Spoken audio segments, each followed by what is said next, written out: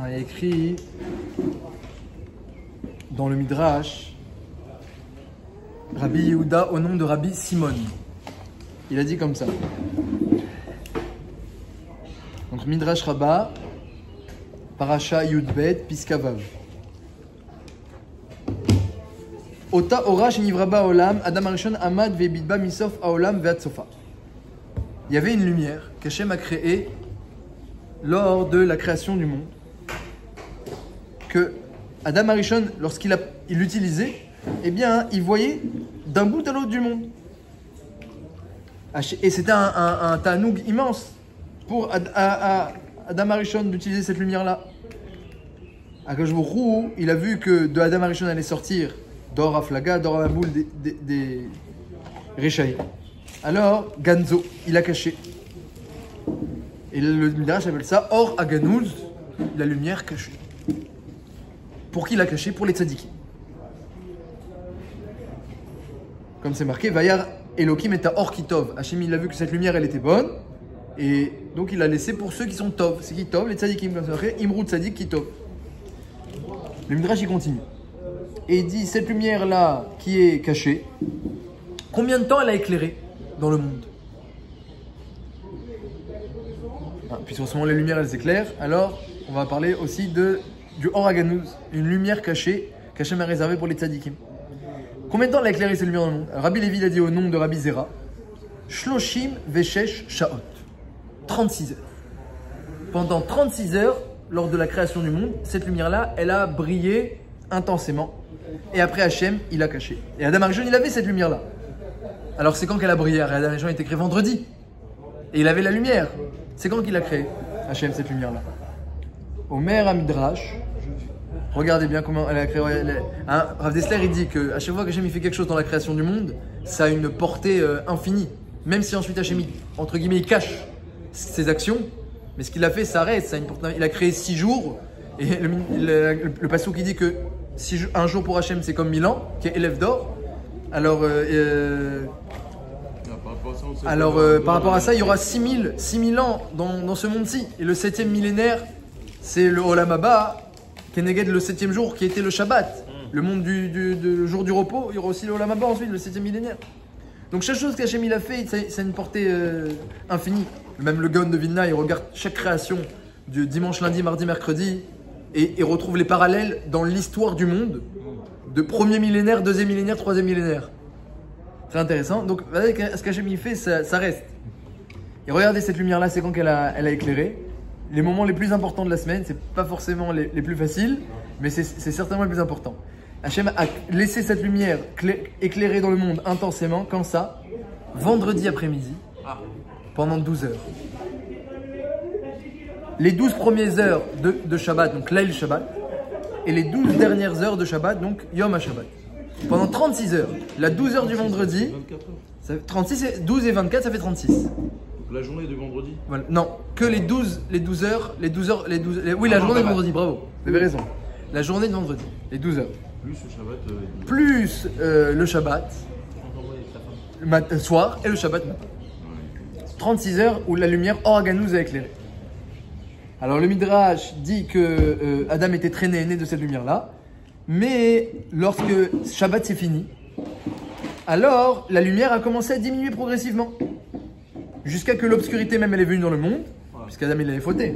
Hachem il a laissé quand même pendant tout Shabbat Or Aganouz. Il a laissé, bien qu'il ait fauté. Il a laissé. Quand Motzei Shabbat est arrivé, la lumière secrète d'Hachem, Or Aganouz, qui est éclairée, c'est le Midrash Rabbah, qui est éclairé lors de la création du monde, a commencé à diminuer. Et Adam il a eu très peur. C'est une lumière, il est écrit qu'il voyait Misof Olam Vatsofo, une lumière qui donnait à Adam Arishon des perceptions extraordinaires. Et il a vu qu'elle diminuait, il a commencé à avoir peur. Jusqu'à que Motzei Shabbat, elle n'éclairait plus du tout.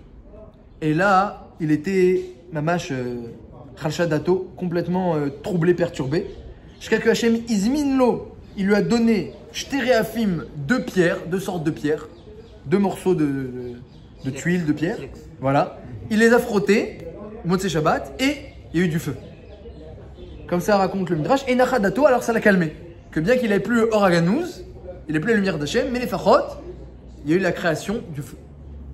qu'il a éclairé Motzei Shabbat samedi soir. Et c'est pour ça qu'on fait Boré Moré Haesh le samedi soir et pas aucun autre soir de la semaine on fait cette bracha là, parce que c'est Zecher, ça en souvenir de la création du feu qu'Hachem a permis à Adam Arishon de créer le feu.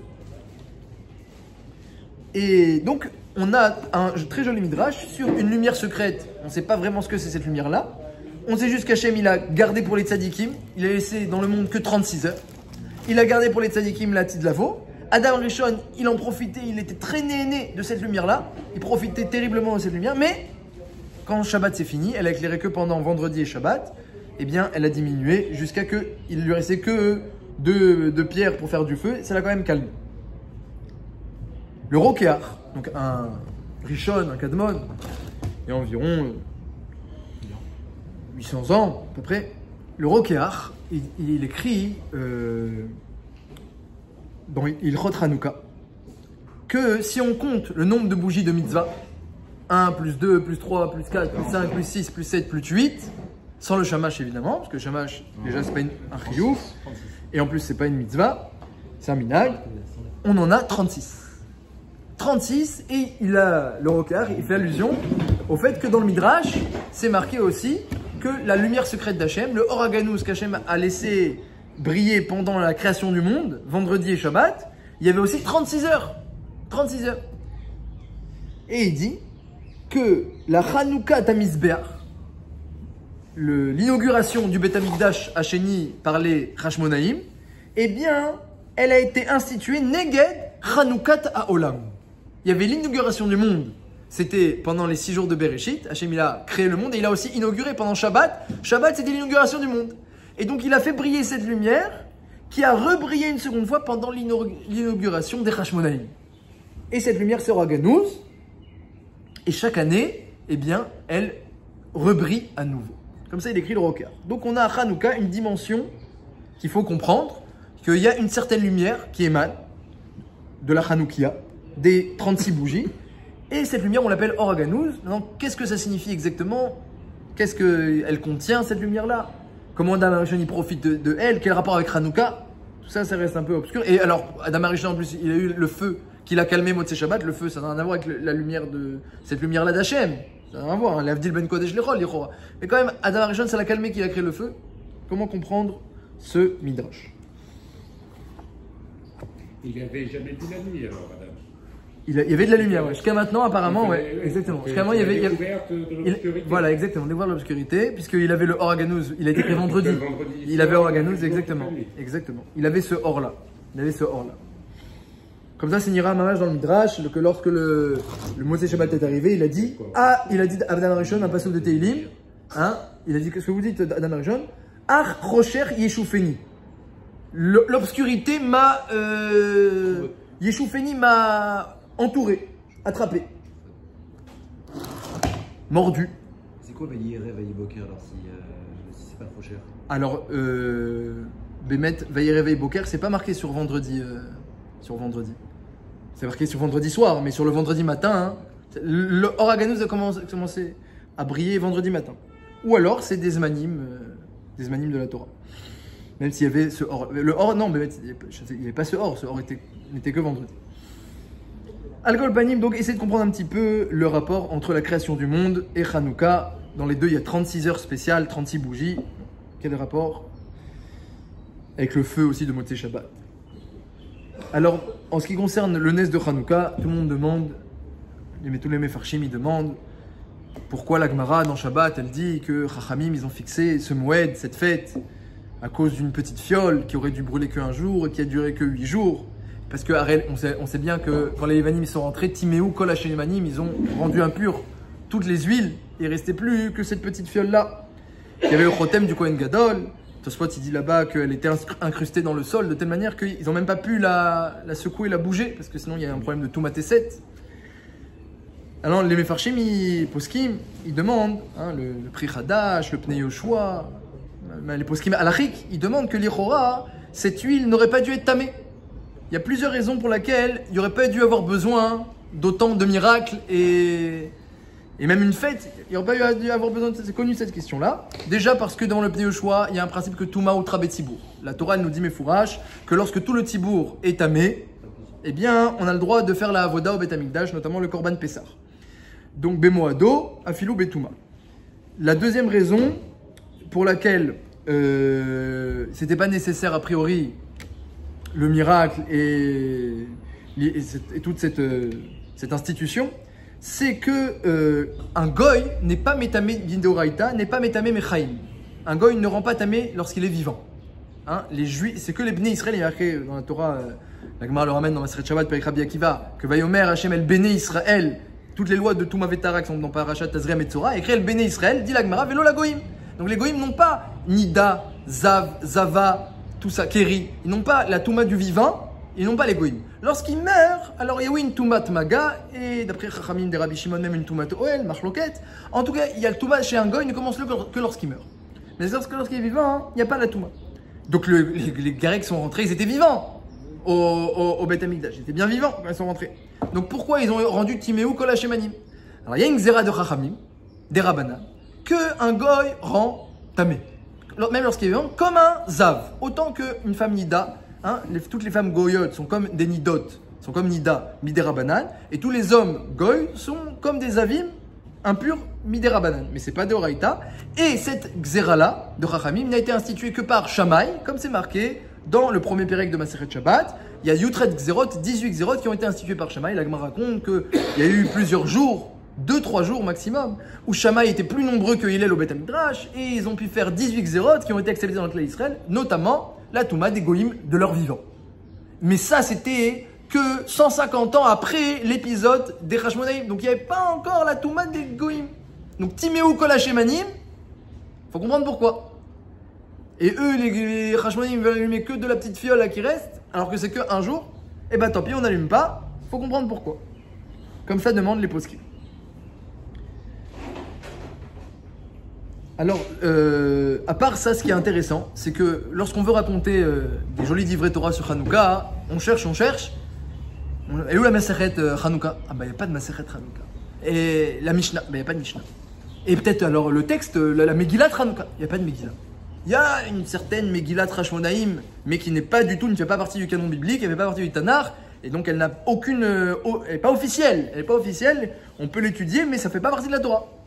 Ça fait partie de la Torah, ça fait partie de l'histoire, un joli récit historique. Et on n'est pas sûr non plus de la véracité. Donc, lorsqu'on veut étudier Hanouka, on est un peu embêté. Et c'est la Gemara Mefourage qui parle déjà de ce problème-là. Dans Maseret Yoma, Daf Kaftet, je ne me rappelle pas qu'elle parle de ça, mais dans Yoma Daf Kaftet, la Gemara, elle dit pourquoi Esther s'appelle Ayelet HaShachar, la biche du matin. Pour aller le matin, parce que le matin, hein, le monde, c'est comparé à l'obscurité. Le matin, hein, ça veut dire c'est la fin de l'obscurité. Elle, Esther, la fête de Purim, c'est la dernière fête de l'année. Bien, c'est la dernière fête de l'année, juste avant Pessah. On reprend le cycle des fêtes. Vous savez que Pessah, Nissan, c'est le premier mois dans la Torah, c'est la première fête de l'année. Donc Esther, la Purim, c'est la dernière fête. Et la Gemara dit là-bas, dans Yoma, que c'est aussi le dernier texte de la Torah à avoir été écrit, la Megillat Esther, qui elle fait partie du canon biblique évidemment. Donc c'est la dernière fête et dernier texte. Mais tout ce qui se passera après, donc Galut Yavan c'est après Esther évidemment, eh bien ça ne fait pas partie de la Torah écrite. Et donc c'est intéressant que Bémet, comme le dit la Gemara, Lozacha Hanouka Leikatev, comme ça la Gemara le dit explicitement, Hanouka n'est pas écrit. Hanouka n'est pas écrit. Donc on cherche, donc il y a dans la Gemara Shabbat, Perek Bameh Madlikim, quelques sougiotes par-ci par-là, mais il n'y a pas beaucoup de textes officiels sur Hanouka. Ouais. D'après, il n'a pas parlé de ça. Il y en a qui disent comme ça. De la ville, et Hashmonaïm a pris la place, il n'arrivait pas. Oui, Hashmonaïm, il y avait une via sur les Hashmonaïm que après la victoire, ils n'auraient pas dû garder la Malchoute pendant 200 ans. Il y a une via. Donc ça fait partie de la question. Comment ça fait que Hanouka, ça n'a pas été écrit? Comment comprendre ce que la Gemara nous affirme? C'est un passouk à Ayelet HaShachar. C'est pour la dernière à être écrit. Comment comprendre une chose pareille? Alors, et pourtant, c'est un Es Rachouv. La fête de Hanouka, elle est indispensable. Le Hallel pendant 8 jours, à part à Sukkot et à Simchat Torah, ça n'existe pas. Donc on voit que Chachamim, Mamash, ils ont mis le paquet. En ce qui concerne les mitzvot de Hanouka, ils ont mis le paquet, Chachamim. Mitzvot de la Dlaka, le Hallel, Bebracha, pour nous les Sfaradim, c'est rare. Et pourtant, ah non, on t'écrit pas. Comment comprendre cet aspect de la fête? Il y a écrit dans Alanissim que Hachem il a fait des miracles extraordinaires pendant Hanouka. D'ailleurs aussi, c'est bien la preuve que ça montre la chashivut de la fête, que Baruch Hu ne fait pas des miracles n'importe quand. Comme la Gemara elle dit dans Megillah, c'est pas le derrière d'Hachem de se montrer, de faire des miracles. Il a montré à la sortie d'Égypte, il a créé le Kécher avec le clan Israël. Arsinaï, il a révélé sa grandeur et sa Torah. Et après maintenant, il y a un peuple qui le représente. Et c'est ça c'est ça le jeu. Malgré l'obscurité et l'absence d'Hachem extérieurement, quand même nous représenter Akadosh Baruch Hu. On est ses associés pour le représenter. Oui, vous voulez une question? Allez-y. La question que vous posez, c'est pourquoi il y a autant de Maasim alors qu'il y a très peu de références? Voilà un peu, c'est qu'il y a un certain paradoxe dans l'importance de Hanouka. Ça a l'air très important, mais dans les textes, ça apparaît moins. Dernière question, je vous disais, Hachem il s'est montré à Hanouka de façon extraordinaire. Les Meatim, Masartam Meatim, Rabim Beyad Meatim, les grands nombres, les milliers, les centaines de milliers d'oplites qui partaient comme ça pour combattre les Juifs avec leur, ils étaient très puissants, les Grecs, il y avait des techniques comme dans toutes les BD qu'on connaît, ils étaient très forts en combat les Grecs. Eh bien, Alcool Panier, ça n'a pas servi, la poignée de Maccabim les ont vaincus. Donc il y a eu des grands miracles. Masarta Giburim Meatim, Chalashim, Tzadikim Beyat Reshaim, Giburim Beyat Chalashim. Et là-bas, donc dans Alanissim, on dit une chose et son inverse. Masarta Rabim Beyad Meatim, Tzadikim Beyad Reshaim, Reshaim Beyad Tzadikim, Tmeim Beyad Teorim. Les impurs dans les mains des purs, les méchants dans les mains des tzadiks, les nombreux dans les mains des peu nombreux, les forts dans les mains des faibles. Vezedim Beyoski Doratecha. Et on finit par Zedim, alors comment traduire Zedim? Les vicieux, les Rechaïm, comment vous dites en français? Inculte. Non, Zedim, c'est une connotation de rachat. Zedim. C'est une connotation de rachat. Les vicieux, les pervers, c'est pas mal. Les pervers, les vicieux, les Rechaïm, en tout cas. C'est un souk de Rechaïm. On va ramener plein de psukim qui expliquent exactement ce que c'est Zedim. Il y a écrit quand tu sais pas ce que veut dire un mot, cherche dans les versets, tu vas comprendre. On va ramener plusieurs versets qui disent tous la même idée. Eh bien, ces Rechaïm là, tu l'as mis dans les mains de qui? C'est Zedim, Bead Oski Torah, de ceux qui étudient la Torah. Et le Beth Yosef, dans le tour, il demande une question, il dit Arrête, on voit que Chachamim, lorsqu'ils ont institué Alanissim, ils ont fait attention de montrer qu'Hachem, il a inversé les choses. Les nombreux ont été mis dans les mains des peu nombreux. Les tzadikim dans les mains des rechaïm. Les purs ont gagné, ont vaincu les impurs. Donc une chose et son contraire. Mais pourquoi, lorsqu'on parle de ces zédim, c'est une souk de rechaïm, on parle de ceux qui étudient la Torah? Alors, demande le Beth Yosef, c'est pas une chose et son contraire. C'est car Shola Beth Yosef dans le tour. Et il répond qu'il y a un pasouk de Teilim où c'est marqué. Qu'est-ce qu'il dit le pasouk dans Teilim? Il dit Zedim Elitsuni Admeod. Alors les Zedim, les Rechaim, dit David Ameller, Elitsuni, ils se sont moqués de moi Admeod, énormément. Ou Mitora Techa Lonatiti, et moi j'ai pas bougé de ta Torah.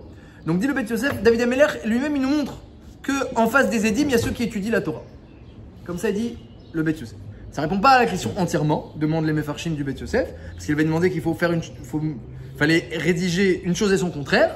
Mais dit le Beth Yosef, tu trouves un passage. On va essayer d'expliquer pourquoi c'est bidiouk, une chose et son contraire. Pourquoi c'est oui antinomique, Zedim, Beyad, Oske, Torah Terra. Alors, Zedim, c'est les Rechaim. Et Yad, Oske, Torah Terra, dans les mains de ceux qui étudient la Torah. Hachela, pourquoi c'est une chose et son contraire. Et aussi, une dernière question. Là, j'ai vu un chidouche du Khatam Sofer. Khatam Sofer, il dit que donc Akadosh Baruch Hu a transmis la Torah à Moshe Rabbeinu lorsqu'il est monté étudier avec lui, le Sissivan Matan Torah. Ensuite, Moshe Rabbeinu est monté étudier 40 jours et 40 nuits. Et Hachem lui a enseigné toute la Torah. Chaque jour, il oubliait. Sauf Hachem lui a donné Bematan. Et après, ensuite, plusieurs fois, la Torah a été, à 3 reprises, Moshe Rabbeinu, il a enseigné la Torah à Aaron, aux Ekenim, à tout Israël, la Torah chez Birta. Après, Torah chez BLP, c'était pendant toute l'année où ils étaient au Arsinaï, comme le raconte la Gemara dans Iruvin, Dafnun Dalet. Il raconte exactement comment ils enseignaient chaque perek de Mishnayot. Moshe Aaron, Nadav Avihu au Skenim au Klal Israël. Et il y avait plusieurs Chazarot, une fois devant tout le monde, une fois que devant le peuple. Comme la Gemara explique, il y avait 4 Chazarot en tout. Alcool Panim, tout ça c'était Torah chez Birtav, Torah chez Béalpé. Mais on ne parle pas du Zohar. Demande le Khatam Sofer. C'est quand Hachem il a transmis la Kabbalah, les secrets de la Torah, à Moshe Rabbeinu. Et ça n'apparaît pas mettre mes fourrages dans le texte. Et les filles à Cheshbon du Khatam Sofer, il dit que c'était à Hanouka. À Hanouka, c'est Yamim, Shenim, Serou, Sodot, à Torah. Et c'est pas étonnant, il dit, que ce soit une fête qui soit représentée par le feu. Arrête, on sait bien quand on va représenter les secrets de la Torah, comme Rabbi Shimon Bar Yochai, on allume des grands feux, des grandes médourotes pour honorer les secrets de la Torah. Ça ressemble au feu, les secrets de la Torah. Et à Hanouka, il y a aussi ce feu-là. On savait pas que c'était lié, mais dit le Khatam Sofer, c'est lié au secret de la Torah qui, à la base, le jour de Hanouka, ont été transmis à Hachem, par Hachem à Moshe Rabbeinu. Comme ça, le Khatam Sofer, il veut prouver, d'après ses calculs, sur Messirat à Torah. Donc c'est très intéressant. Ce serait des jours Mesougalim. Et alors il dit que c'est des jours très spécifiques, très grands pour l'étude de la Torah, parce que son Sodot à Torah, c'est pas seulement quand on étudie le Zohar, même lorsqu'on étudie le Chumash ou la Gemara et qu'on comprend la profondeur, c'est quand même Sodot à Torah. C'est quelqu'un qui se casse la tête pour comprendre le fond d'une Gemara et il arrive à percevoir des choses et comprendre des choses qui sont pas que des autres ne verraient pas, c'est aussi des Sodot à Torah.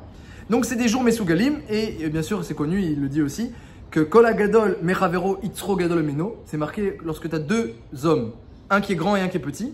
Alors Hachem il donne au grand un grand Yetzirara et au petit un plus petit Yetzirara. Pourquoi? Pour que chacun ait l'équilibre. Sinon ça va être trop dur pour le petit. Alors on donne au grand un grand Yetzirara parce que lui il a l'équilibre et au petit un petit Yetzirara. Il dit c'est pareil dans les Zmanim de l'année. Kol Hagadol Mechavero Itzro Gadol Meno. Regarde dans les Zmanim, il y a des époques où c'est très dur d'étudier la Torah, il y a des époques où c'est très facile. Pendant Hanouka c'est très dur d'étudier la Torah. Personne n'avait étudié la Torah pendant Hanouka. Même pour ceux qui étudient tout le temps. C'est très dur d'étudier.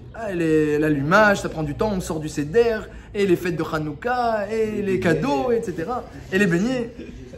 Ça prend beaucoup de temps. Il dit, c'est pas étonnant. Kol Hagadol Mechavero Itzro Gadol Meno. Lorsqu'il y a un Zman qui est plus grand qu'un autre, alors, eh bien, les difficultés du Zman, elles sont plus grandes que d'autres Zmanim. Donc, mais Behemet, c'est une période qui est très bien propice pour l'étude. Comme ça, il dit le Khatam Sofer, et il dit que c'est les jours où Hachem il a transmis une partie de la Torah à Moshe Rabbeinu, les Sodot. Ça correspond au niveau des dates. Ouais, il fait le calcul que Donc 40 jours à partir de. que les Sodot n'ont été transmis que dans cette période-là. Mais je sais pas comment ça peut. C'est-à-dire que lorsque Moshe Rabbeinu est monté et cherché la Torah et qu'ensuite il a commencé à la transmettre, eh bien lui il fait le calcul par rapport aux plaines de Moab et à Messirat, il y a eu plusieurs Messirat Torah.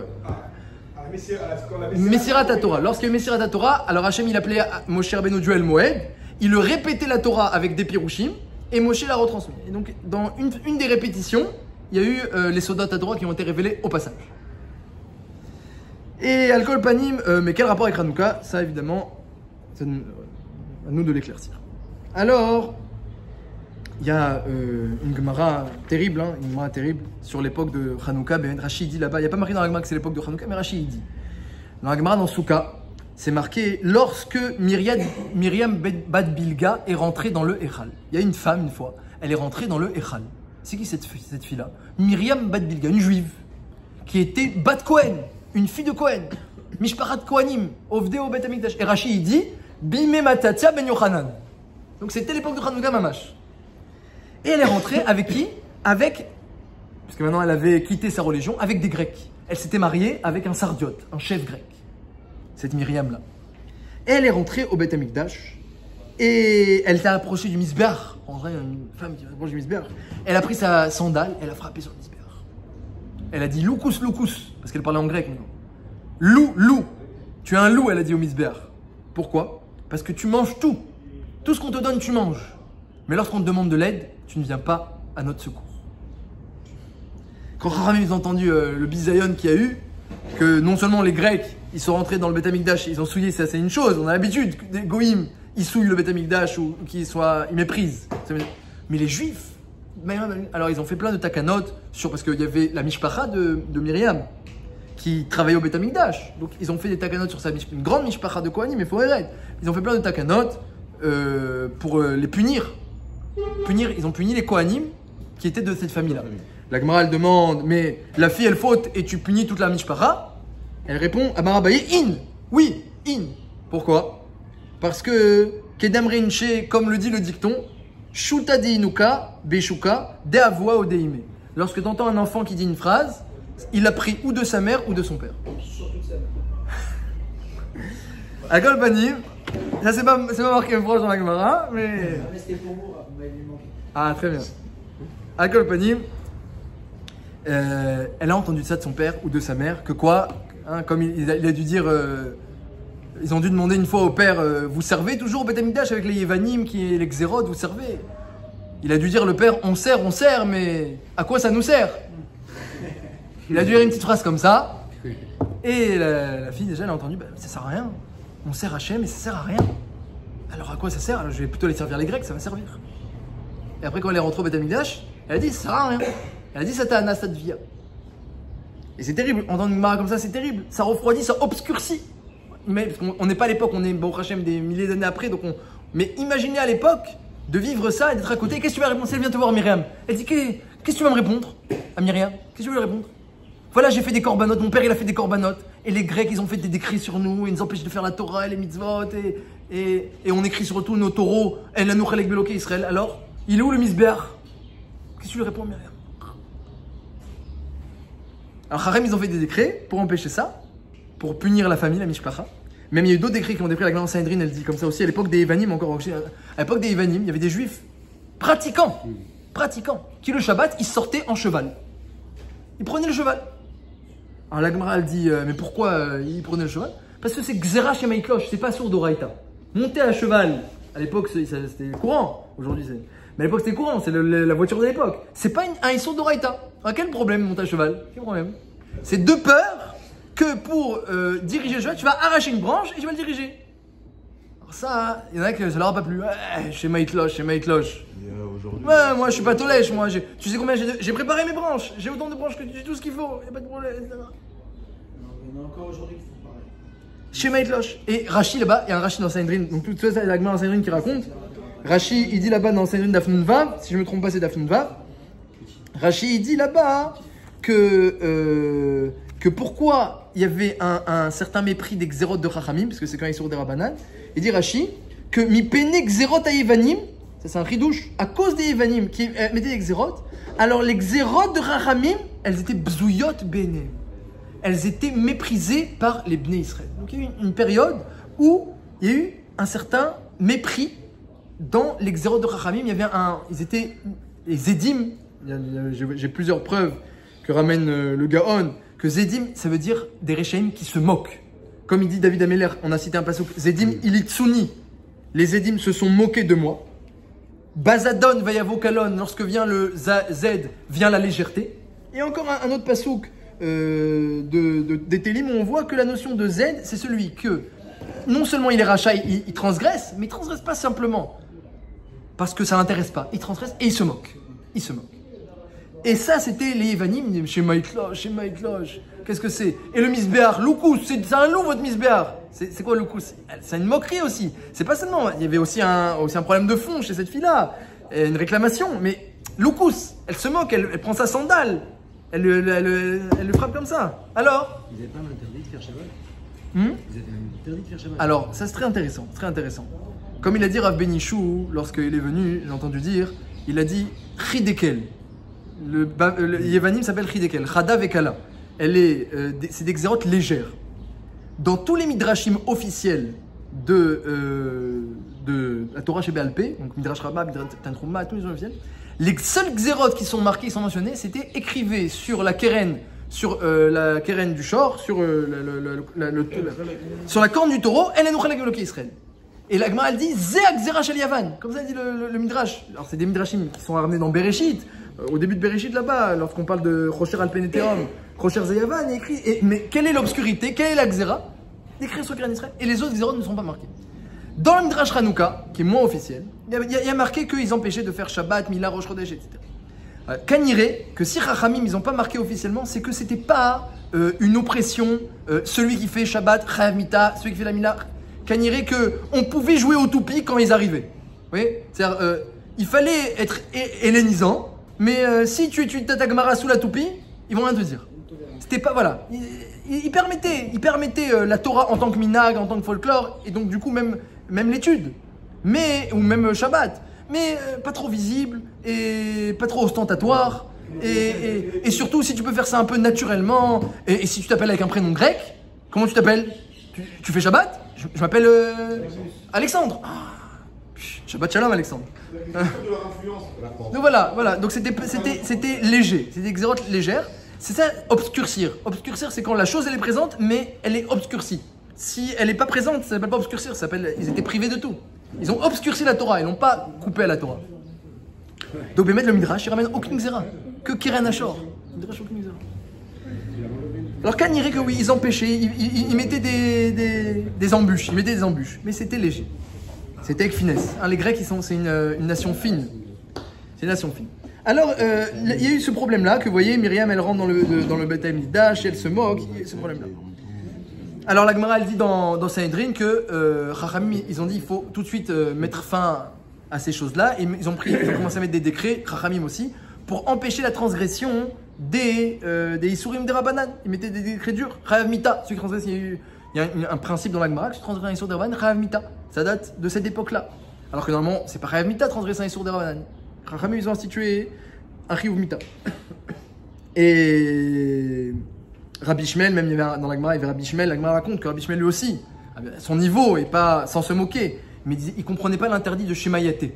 C'est que Shabbat, on n'a pas le droit de lire à la lueur d'une bougie qui brûle à l'huile, des carones. C'est-à-dire qu'il y a un risque que pour raviver la bougie, on va faire pencher l'huile pour qu'elle rentre dans la mèche. Alors, il y a un problème de Shemayaté, de peur que tu vas pencher l'huile, la fiole, et pour raviver. Donc c'est interdit de lire, on doit pas lire à la lueur du bougie. Donc c'est très embêtant pour les chachamim qui veulent étudier à la lueur de la bougie. Et Rabbi Shmuel il disait je comprends pas chez Mayaté, moi je vais pas être noté. Et la Gemara dit que il s'est permis de lire malgré la xéra. Et Radamar, il dit que Ouita, et ben il a fait pencher la bougie. Et Radamar que Kimat chez Ouita, presque il a failli pencher et après il s'est repris. Al-Kobanim il a vu que j'aurais pas dû remettre en question la chorma des chachamim. J'aurais dû avoir une pleine confiance dans la chorma des chachamim. Il y a des térim lorsqu'il y a un chômeur d'étudier à la lueur d'une bougie. Il y a des térim, Rav Nathan Zvi Finkel, le Rosh de Mir, il étudie à la lueur des bougies chez lui et il demande à sa femme d'être chômeur. Il y a un éther. Quand il y a un chômeur à côté et qu'on risque pas. Mais Rabbi Shmuel Kaniré, il n'avait pas ce chômeur, il était seul, donc il s'est permis. Alors la chorma des chachamim, elle a été remise en question. Bémet, il faut savoir que les tzdukim, les Sadducéens, ils se sont multipliés, dit le Rambam, Bisman Beit Sheni. Donc Bidyouk au moment, c'est la fin de Paras, c'est le début de Yavan, c'est à ce moment-là, dit le Rambam, que les Sadducéens, ils ont commencé à se multiplier. Et de quoi dit le Rambam, quel est le principe des Sadducéens? Omer à Rambam, Elou Zedim. Il appelle, non pas les Grecs, mais les Sadducéens, le Rambam, pas dans les Chot Hanouka, dans les Chot Paradouma. Il dit Elou Zedim, ce sont des Zedim. Pourquoi? Parce que, en parlant des Juifs. Des Juifs qui se moquaient des xérotes, des principes de Chachamim, des sages de l'époque. Il y avait une grande discussion. Il y avait les prouchim, les pratiquants de la Torah de façon entière, telle qu'on l'a, qui appliquaient la Torah entièrement. Et il y avait les Sadducéens qui commençaient à réduire un petit peu l'enseignement de la Torah en ne prenant que Torah chez Birtav, la Torah écrite. Et quand c'était pas clair dans la Torah écrite, dit le Rambam, alors Ayumorim kefi chez Olé al-Rucham. Ils expliquaient la Torah écrite comme bon leur semblait. Donc ils ont mis de côté la Torah orale. Et lorsqu'il y avait une xéra de la Torah orale, ils se moquaient. Donc il y avait aussi cet esprit-là, il s'est multiplié avec les Grecs. Mais malheureusement, c'est rentré aussi chez les Juifs, c'était les Sadducéens. Donc il y a eu comme ça un victoire. Il faut savoir que le problème avec les Grecs, c'était pas seulement de leur côté à eux, c'était aussi dans le clan Israël même. Dans le clan Israël, il y avait cette division-là. Alors, la Gemara dans Batra, elle dit comme ça. Elle dit Afalpi shenit la névoie. La névoie a disparu à l'époque de Alexander Mogdon. C'est la fin de la névoie, avec les derniers prophètes de la Grande Assemblée. La fin de la névoie, c'était à cette époque-là. Yevanim, c'était environ 100 ans plus tard. Donc, lorsqu'il y avait Yevanim, il n'y avait plus la névoie. Afalpi shenit la névoie, mina nevim, dit la Gemara dans Batra, aval mina chachamim lonitla. Il y a une force chez les chachamim. Alors, la névoie n'a pas été prise. Rashi explique là-bas. C'est-à-dire que les chachamim, ils n'ont pas la névoie, ils n'ont pas la prophétie.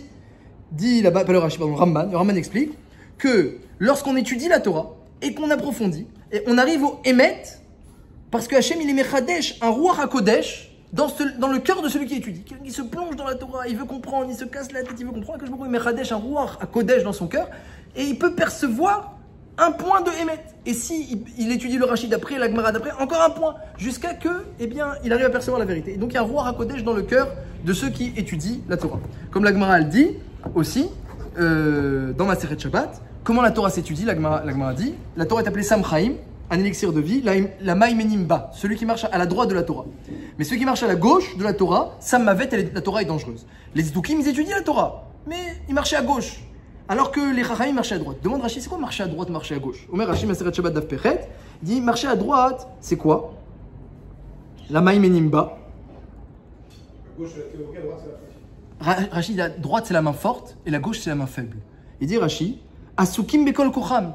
Les Chachamim, ils étudient de toute leur force la Torah. Vetrodim la da'at et ta'emet. Ils se fatiguent pour trouver le fond des choses.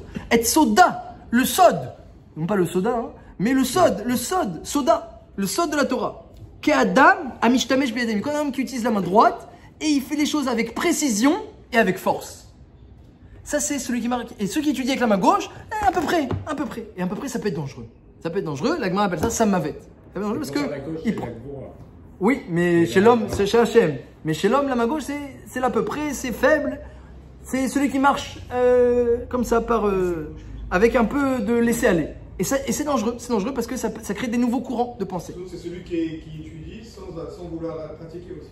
La gauche, la théorie a poussé à quand quelqu'un il approfondit, il voit le fond des choses, il comprend comment la Torah elle est vraie, elle est précise. Quand quelqu'un il arrive à comprendre Gzera Shema Itlosh, Adasov, parce qu'il étudie toutes les sougiotes, il y a plein de sougiotes dans le chose qui parlent de Gzera Shema Itlosh, il étudie le fond des choses, c'est certain que quand il aura compris l'authenticité de la Gzera, il va l'appliquer naturellement. Mais quand on l'apprend comme ça de haut, bah moi je veux pas être tolèche, hein, laisse-moi tranquille. Et ça c'était les Édim, donc du coup comme ils n'étudiaient pas avec force, dans le peuple Israël, et à plus forte raison chez les Grecs, eh bien ils se moquaient des lois de la Torah. Donc toute la fête de Hanouka, ce qui s'est passé en fait, c'était remonter cette lumière de la Torah.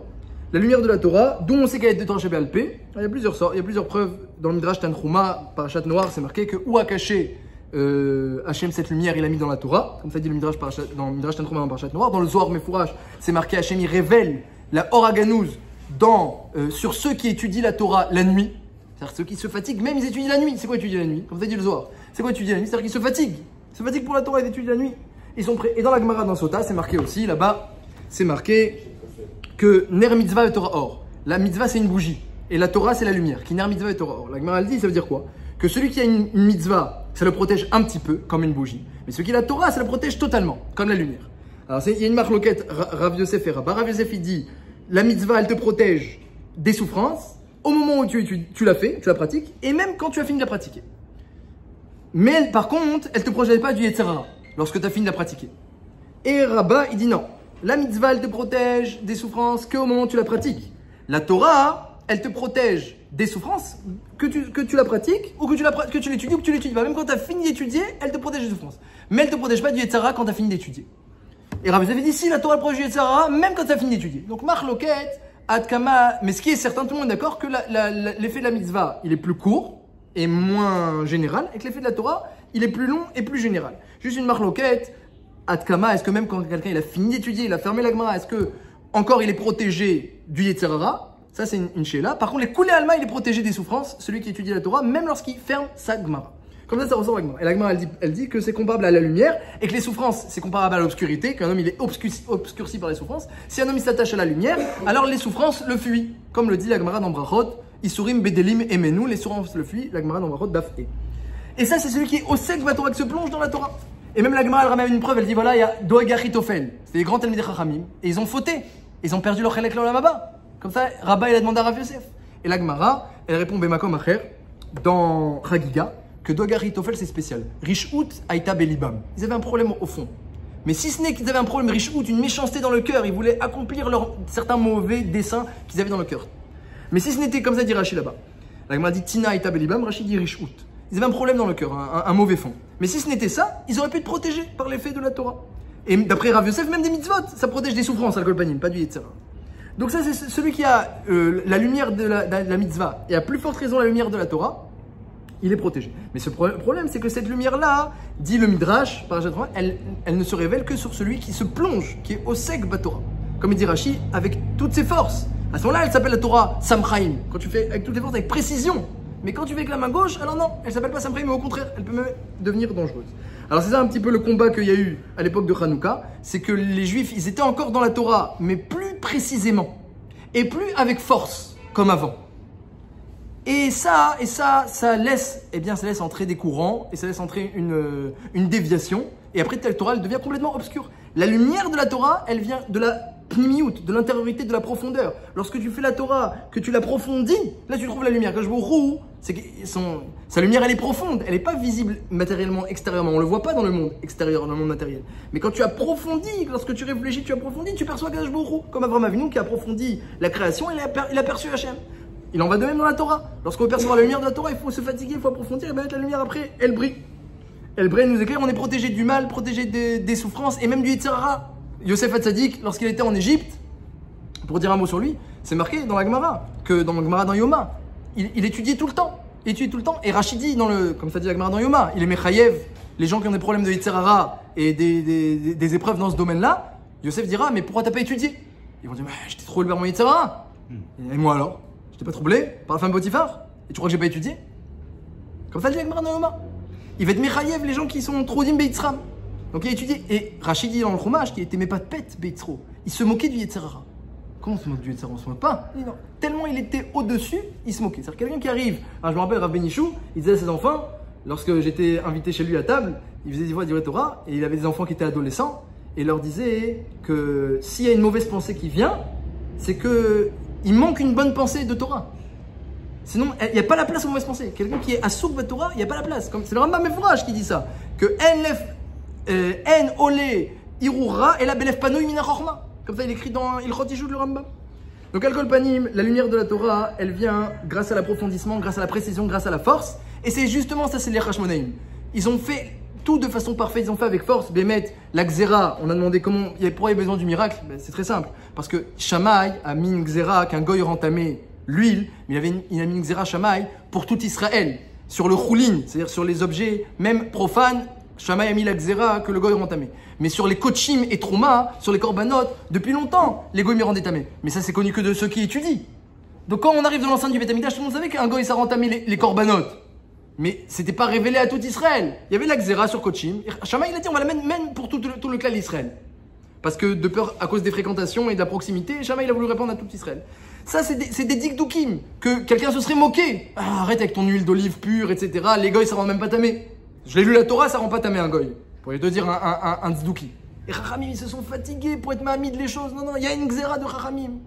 Et Akash Baruch Hu était sa mère baisée. Vous êtes fatigués pour trouver le point, pour trouver la vérité, pour trouver le Hémet, pour être mahamid de la Torah chez Balpé, comme elle a été transmise à Moshe Rabbeinu. Moshe Rabbeinu l'a transmis toute la Torah chez Balpé. Tous les soldats de la Torah, tout a été transmis à Moshe Rabbeinu. Mais il faut se fatiguer pour la retrouver. Moshe Rabbeinu, tous les jours, il étudiait toute la Torah, il oubliait tout parce que c'est profond. C'est pnimi, c'est profond. Ça demande beaucoup d'investissement. Et Moshe Rabbeinu, il avait tellement de lumière par son investissement qu'elle brillait sur son visage. Ça peut être visible, c'est encore possible. Quelqu'un qui il est plein de lumière. Même si nous on le voit pas, Rabbi Akiva il voyait, il disait ah tu vois la lumière au-dessus de cet homme-là, c'est qui celui-là? Nathan de Tutsita, oui il a fait une mitzvah extraordinaire. Une mitzvah aussi ça donne une lumière, lorsqu'elle est extraordinaire. Donc tout ça pour vous dire qu'il y a encore la lumière dans les mitzvot, il y a encore la lumière dans la Torah, mais c'est lorsqu'elles sont faites avec force, avec précision. Et pour finir, donc pour répondre aux questions, donc le Or Haganouz, c'est le Or de la perception d'Hachem, c'est ça qu'Adam il aimait. Il était né de la perception d'Hachem. Ensuite, Hachem a obscurci le monde. Il a enlevé la lumière à Ganouz. Il a créé la lumière, le feu. Et Adam Arishon, ça l'a rassuré. Pourquoi? Parce qu'il a commencé à percevoir les objets.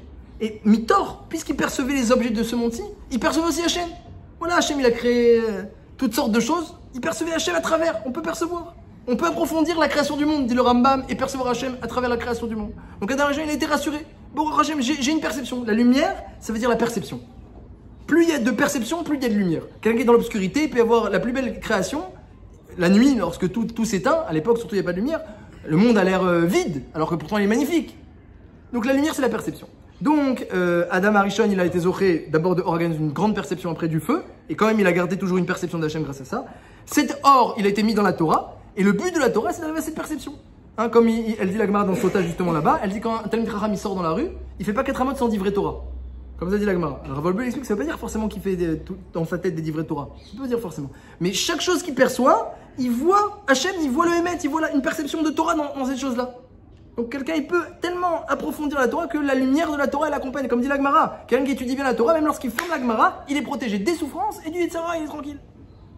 Donc ça, c'est la force de l'étude. Et Behemet, les Chachamim ont été zochés d'une grande Ashgacha, de grands nissim et niflaot, parce que Baruch Hu, il a montré qu'ils avaient raison. Et la Torah n'a pas voulu écrire ceci pour là. C'est pas rapporté dans aucun texte l'histoire de Hanouka. Il n'y a ni de Masechet, ni de texte des hagiographes.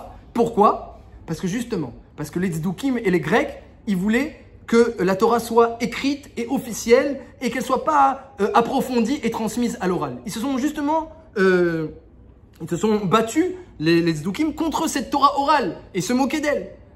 Alors quand Chachamim ils ont été mitaken ça, ils ont dit on va tout laisser à l'oral. Et tu verras, ce sera la fête la plus importante à un certain niveau. L'allumage, le Hallel, Bebracha, la fête la plus importante, et tout à l'oral. Tu pourras plus maintenant faire rentrer une impression que ce qui est écrit c'est vrai, et ce qu'on approfondit, c'est pas le même. Au contraire, la lumière de Hanouka, elle vient d'Afka de ce qui est à l'oral et qui est transmis de père en fils.